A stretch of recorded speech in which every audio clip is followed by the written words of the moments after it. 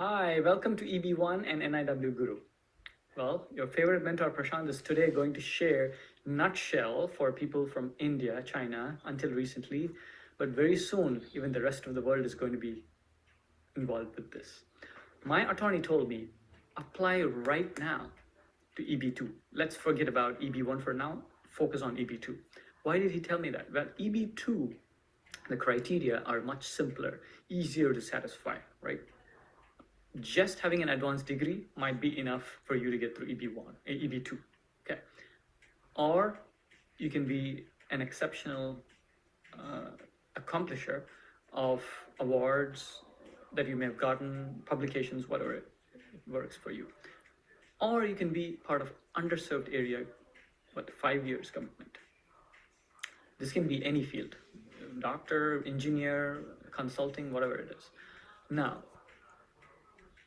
but then why does it matter that you quickly apply for EB2 rather than wait and apply for EB1? Well, because whatever kind of EB1 or EB2 you apply earlier in your life, you lock in the date of your first ever application. So later, you will understand that EB2 really doesn't get you green card if you belong to India, at least for the next 10, 20 years. EB1 will get you a green card quicker. But then why still apply for EB2? As I told you, you are locking in the date that you applied for any kind of immigration. And then later, 2 to 3 years later, you can apply for EB1 once you improve your CV. Okay, that's why my attorney told me to apply for EB2 first, get it approved, keep working on your EB1, and then apply for EB1. Alrighty, that's the gyan for today. I'll talk to you soon. I will go and start with your first points and then go one after the other and trying to see if we can recollect how you were looking at visa status about say three years back maybe. What was going on? Actually, yeah.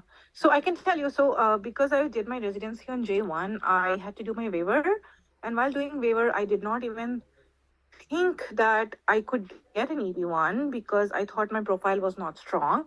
So the 3 years that I worked in the waiver, I was in an academic center, not very big one.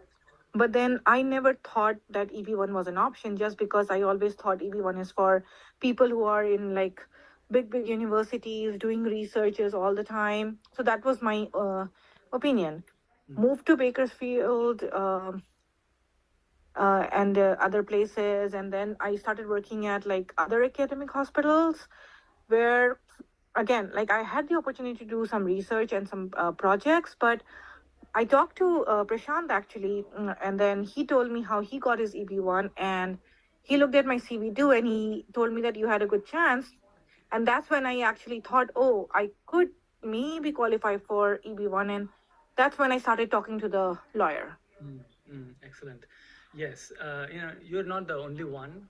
There is many of the acquaintances that end up asking me.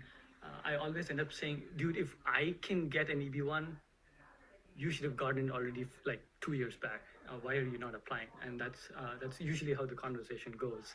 And in fact, I myself remember going to one of my job interviews, my first job interviews after finishing fellowship. And even though the job interview did not actually go successfully, what I learned from one of the attendings in the job interview was she was the one who told me, why the hell haven't you applied for EB1? Right? So, Oh, wow. Yeah, so, and she had 3 case reports, 1 retrospective study, that's it. And not even like 10 citations. So, of course, I'm not saying that everybody can get lucky that way, but it's all about how we Project it.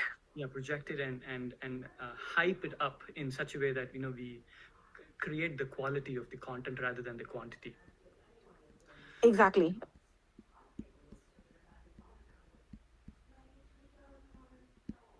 Big backlog. help as many people as we can. And I would honestly say, like, I would not have applied if you hadn't pushed for like watching you guide and, like, pushing for it. I felt like my application was never ready, but I think that was the biggest understatement which I would start with. Honestly, like, you're never going to be ready and you're always going to be ready. So the biggest thing I would say is going with a plan.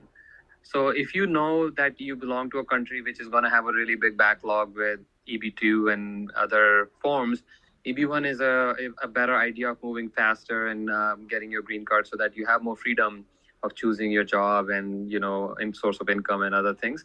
So, at least my experience has been, I think, right from residency and fellowship, you start building your profile. So, but having an organized approach to it can make it very smooth and very easy when you start applying.